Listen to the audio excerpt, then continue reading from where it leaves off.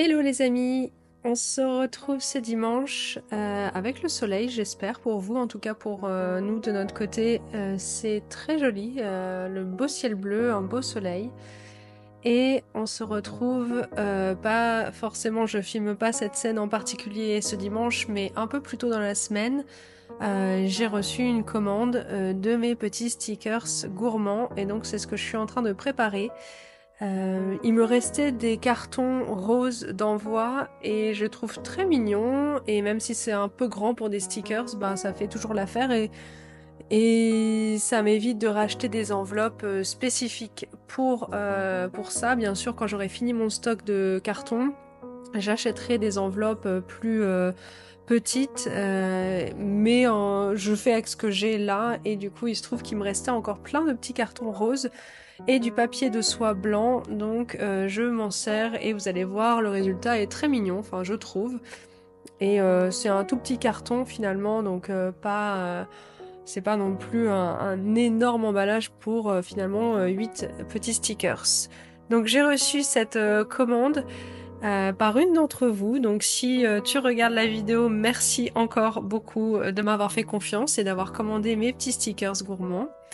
Et donc là, je les avais rangés dans des petites boîtes en bois qui ont parfaitement la bonne taille pour accueillir ces stickers. Donc les voilà. Donc vous les avez déjà vus. Vous avez vu quand je les ai dessinés, je crois. Je sais plus. Oui, je crois avoir fait une vidéo sur ça. En tout cas, vous pourrez retrouver tous les autres impressions que j'ai dans ma boutique Etsy en vidéo. Ah, vous le savez certainement si vous êtes sur ma chaîne YouTube. Bref. Donc j'ai retrouvé également des petites pochettes plastiques transparents qui me permettent de mettre tous ces stickers à l'abri des potentielles choses qui pourraient les abîmer finalement. Donc j'en ai plein et je trouve que ça fait l'affaire. Alors c'est pas encore une fois le petit truc que j'ai acheté spécifiquement exprès, mais je trouve que ça fait bien l'affaire. C'est sympa, et tout ça je l'emballe dans du petit papier de soie avec mon stickers Maris Karma dessus, et voilà l'emballage de ces petits stickers qui vont rejoindre la boîte. Mais avant toute chose, et là j'ai laissé cette séquence parce que ça représente bien tout ce que je fais en ce moment, c'est farfouiller, regarder, passer des longues minutes, voire des heures à regarder les possibilités que j'ai dans tout et n'importe quoi. Et donc ça, voilà, je remue toute la boîte alors que finalement vous allez voir le ruban que j'ai choisi, il est déjà sorti, c'est d'ailleurs le premier que j'ai sorti de la boîte il me semble. Mais bon, ça fait partie aussi du processus de regarder toutes les options que j'ai pour en fait finalement être sûre et certaine que c'est bien la bonne option que j'aurais choisie à la fin. Et donc c'est bien ce petit ruban bordeaux que je choisis pour fermer ce petit emballage. Donc j'ai tout ressorti et je remets tout dedans délicatement. Et parce que j'avais finalement oublié de faire le joli nœud pour fermer tout ça. Le nœud c'est vraiment le flow comme ça. C'est quelque chose que j'aime beaucoup et qui va se retrouver un petit peu partout dans ma marque finalement, dans les choses que je vais créer, au même titre que les rayures. Alors là, vu que vous avez suivi, hein, je vous ai dit le papier de soie, la petite boîte d'envoi, tout ça j'avais déjà, donc tout ça n'est pas rayé. Mais à terme, j'aimerais passer à des choses qui vont toucher le packaging. Tout ça va être un peu dans la même ambiance, donc rayé avec des couleurs pastel. Donc j'ai bien sûr ajouté ma petite carte de visite et une cartelette, une petite cartonnette avec un dessin illustré pour cet hiver. J'ai laissé un mot à la personne en question. Et une fois que tout ça c'est fait, eh bien j'emballe, je ferme la boîte, je mets mon scotch blanc et direction la poste. J'ai une poste incroyable à côté de chez moi qui est ouverte tout le temps. Il n'y a pas de coupure dans la journée, il n'y a limite pas de coupure dans la semaine. C'est une poste un petit peu professionnelle et du coup, tout ça est arrivé rapidement. Donc ça, c'était cool. On enchaîne avec des illustrations avec un thème qui me tient particulièrement à cœur puisqu'il s'agit de Sailor Moon. Je suis née en 1990 et j'ai été bercée, entre autres, par ce dessin animé, par cet animé qui passait le matin dans le Club Dorothée. Et j'en garde un merveilleux souvenir. J'adore l'univers. Je regarde avec plaisir les épisodes quand je peux y avoir accès. J'ai retrouvé il y a pas longtemps mes mangas Sailor Moon. Alors, ils datent de 95, c'est l'édition originale. Et j'ai les 6 ou 8 premiers tomes. J'ai pas la collection entière, mais je me suis remis à la lire et j'adore. Enfin, même si les dessins sont assez différents de l'animé qu'on connaît tous, c'est trop mignon. Enfin, j'aime vraiment beaucoup tout l'univers. Et du coup, ça me tenait à cœur de faire ces illustrations sur le thème de Sailor Moon. Donc j'ai choisi une petite illustration de Luna, le chat de Sailor Moon, avec la couette emblématique de la chambre de Sailor Moon, de Bunny. Et en fait, je me suis un petit peu inspirée d'une photo sur Pinterest où on voit un petit chat qui dort dans les draps. Et j'ai changé les draps qu'on voyait sur la photo et le petit chat également pour le chat de Sailor Moon et la housse de couette de Sailor Moon. Bref, vous l'aurez compris, c'est un thème Sailor Moon et j'ai choisi donc le bleu, le rose, le violet, des touches de jaune forcément pour la lune. Et vous allez voir, il y a une autre illustration qui va suivre juste à côté sur le même thème. On continue ce petit projet de diptyque. Ça me fait travailler un peu sur les mêmes gammes de couleurs, sur la même thématique.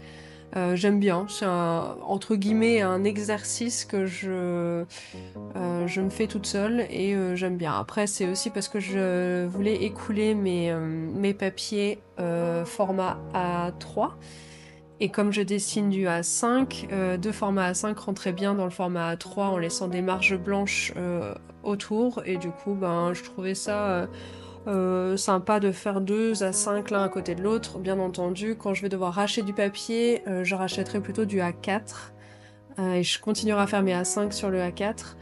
Un seul, parce que j'aime bien quand même avoir des marges de sécurité autour, mais tout simplement parce que j'ai un scanner qui prend que du A4, pas du A3, donc c'est plus facile pour moi de dessiner sur du A4 finalement. Donc voici le résultat final pour Luna qui dort paisiblement. Et juste à côté, vous avez, je voulais pas filmer, mais j'ai adoré dessiner ça, c'est Sailor Moon de dos qui a un Walkman cassette et des petits... pas stickers, mais des petites choses qui sont cousues sur son jean. Donc ça fait très années 90, j'adore.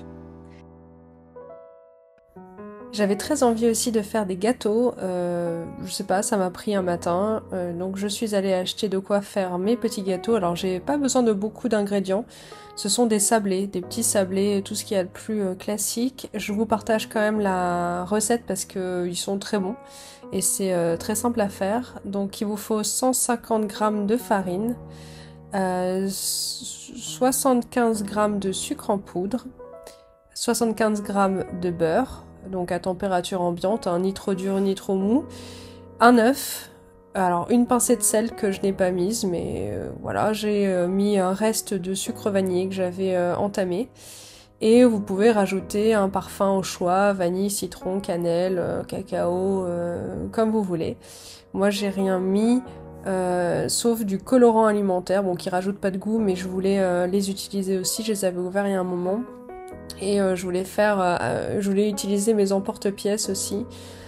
J'ai plein d'emporte-pièces et je sais pas, j'avais envie de faire des gâteaux colorés avec des formes spécifiques, enfin mignonnes. Et du coup, je m'y suis mise, ça m'a pris une partie de l'après-midi. La recette est assez rapide, hein. Vous mélangez les 4 ingrédients ensemble dans un saladier.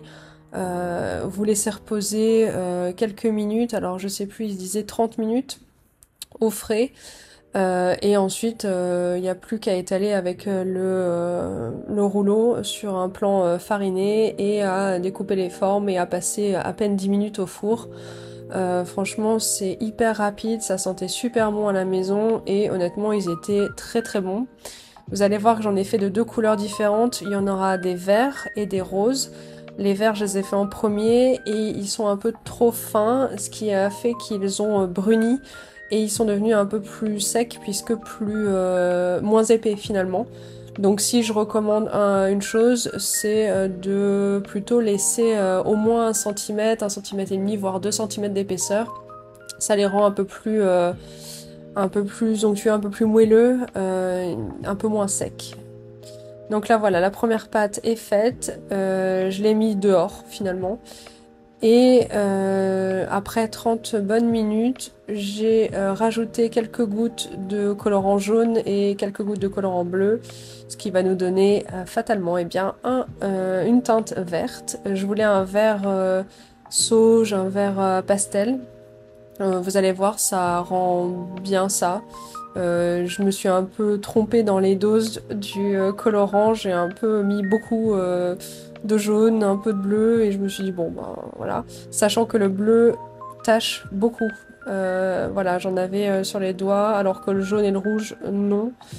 Mais voilà, le bleu, sachez-le, laisse des traces sur les doigts. Donc bon, mais vous allez voir, le vert est vraiment très joli. Bon, pas à ce stade-là, j'en conviens, mais vous allez voir, ça va être un joli vert tendre. Voilà.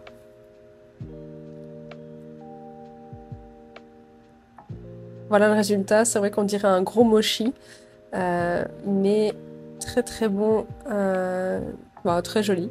Et ensuite, je me suis attaquée à la deuxième boule de pâte. Donc là, c'est un rose. Je sais qu'on dirait un corail, mais bon, voilà, j'ai rajouté un petit peu de rouge et avec le jaune de la pâte, et ben, ça donne une espèce de corail, mais à la cuisson, vous allez voir, ça ressort un peu plus rose.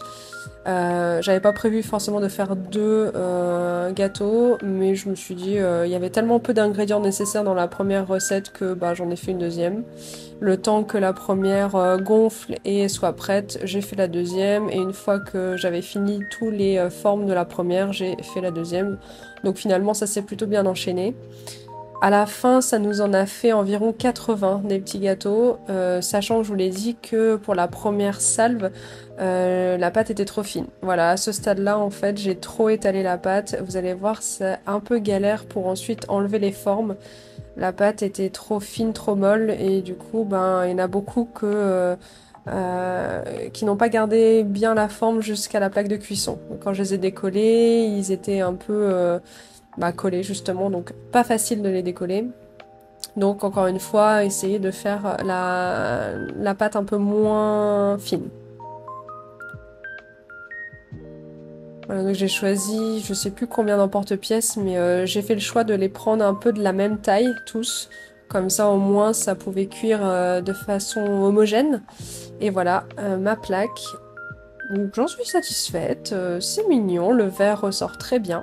Et on enfourne donc pour à peine 10 minutes. Honnêtement, c'était déjà un peu trop 10 minutes. Vous allez voir, ils ont pas mal noirci, enfin bruni. Et donc voilà, on dirait pas qu'ils sont verts. Bon, il y en a quelques-uns qui ressortent verts quand même, et bon, ça m'allait. Ils étaient bons, donc c'est le principal. Et le temps que je fasse ça, eh bien la deuxième fournée était prête et ça me fait une énorme boîte de gâteaux qu'on a mangé en 2 jours.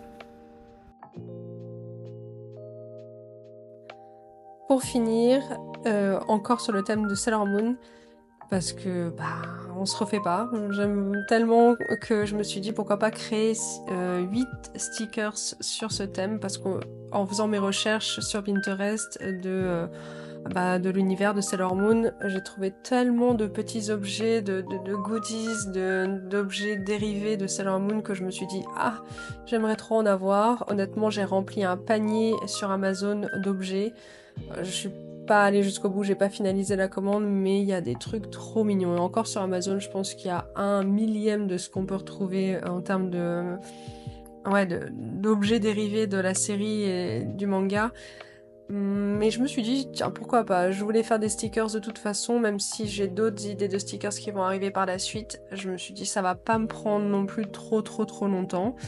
Donc là, vous voyez que je commence à faire ça un jour. Vous allez voir, au bout d'un moment, je vais filmer de nuit. Je sais pas si on va trop voir. Et j'ai refilmé là aujourd'hui, donc dimanche matin. Donc il y a des changements de luminosité dans la vidéo, mais bon, on se rend quand même compte de ce que ça va donner. Donc là, en amont, je voulais pas filmer. Dites-moi d'ailleurs si vous voulez que je vous filme les crayonnés, les moments où je dessine. C'est pas des calques, c'est pas des trucs que j'ai dessinés en mettant, je sais pas, une photo derrière et que j'ai décalqué. C'est vraiment des choses que je modifie légèrement ou j'agrandis, je gomme, je refais. J'essaie de changer un petit peu, même si là le but c'est pas de vraiment changer les formes et les objets parce que c'est des objets qui sont liés à l'univers spécifique de Sailor Moon.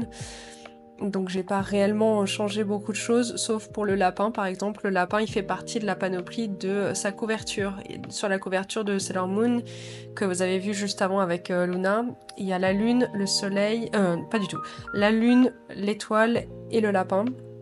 Sachant que le lapin n'est pas du tout comme ça.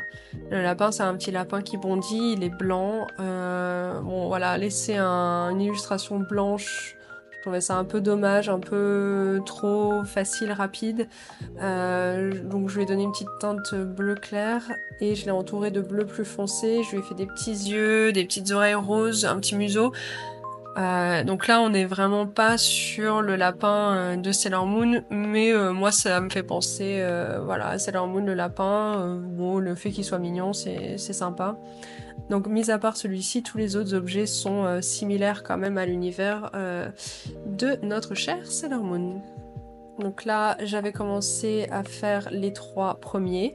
J'en suis plutôt satisfaite. Ah oui, je voulais vous dire aussi que avec mes crayons de couleur, j'ai tendance à utiliser du papier canson à grains épais qui fait 300 grammes, je crois, parce que j'aime beaucoup l'aquarelle et j'ai acheté tout plein de papiers qui sont plutôt prévus pour l'aquarelle, donc à grains et épais. Sauf que pour les crayons, ben c'est pas exactement ça. On va dire que c'est pas le type de papier privilégié pour dessiner avec des crayons. Ça peut être bien, ceci dit, ça permet de vraiment faire ressortir le grain du papier, mais par contre, c'est vraiment pas si facile d'être précis et de couvrir tout l'entièreté du papier avec ce genre de papier à grains. J'ai fait des recherches sur internet et j'ai vu que le meilleur papier, enfin un des meilleurs, après c'est subjectif, mais celui qui donne des résultats vraiment bien avec le crayon de couleur, c'est un papier plutôt type Bristol, plutôt épais, oui certes, mais lisse. C'est ce qui va permettre de faire des dégradés tout en délicatesse, nuance et de pouvoir faire des tracés très fins et très précis. Et c'est vrai que c'est un peu le truc qui me manquait, même si voilà, je veux pas forcément aller dans la précision et le réalisme, mais quand même parfois c'était frustrant de pas arriver à faire quelque chose d'homogène et de précis. Rien qu'à voir avec l'illustration de Luna et la housse de couette violette, elle m'a un peu frustrée cette housse de couette parce que c'est un grand aplat de couleurs et ça me semblait vide et pas fini parce qu'on voyait quand même les grains plus clairs du papier et plus je retournais dessus. Alors oui, le papier à grains épais permet de faire beaucoup de couches différentes, mais c'est aussi beaucoup de couches différentes. Du coup, oui, certes, ça permet d'y aller petit à petit et de pas trop se tromper, mais en même temps, ça demande vraiment d'en repasser, repasser dans tous les sens. Et alors, ça a des avantages et des inconvénients. Donc, j'ai voulu tester un autre type de papier. Donc, il se trouve que il y a quelques temps de ça, je vous avais montré que j'avais acheté un carnet de dessin avec un papier très lisse. Et je l'ai jamais trop utilisé, donc c'était l'occasion. Je me suis dit, tiens, vu que je veux faire des petits stickers un peu précis et mignons, je vais utiliser un papier fin. Et du coup, c'est ce que je fais là devant vous. Donc, je trouve que ça marche bien. Après, c'est vraiment très différent. Hein. C'est très fin, très lisse, très comme dans du beurre. Enfin, ça glisse, les crayons glissent beaucoup. Donc c'est une autre façon d'envisager, j'aime bien les deux, je n'ai pas de préférence pour l'instant, avoir une grande illustration à 5 sur du papier lisse, on verra ça. En tout cas j'espère que ça vous plaît, voilà les 8 stickers, dites-moi si vous avez hâte de les retrouver dans ma boutique Etsy. Donc ils seront en petit format, hein, 5-6 cm, avec peut-être un effet holographique dessus, ça me plairait bien. Mais j'espère que cette vidéo vous aura plu. N'hésitez pas encore une fois à me laisser des avis, des commentaires sur ma vidéo. Je vous embrasse et bon dimanche, bonne semaine!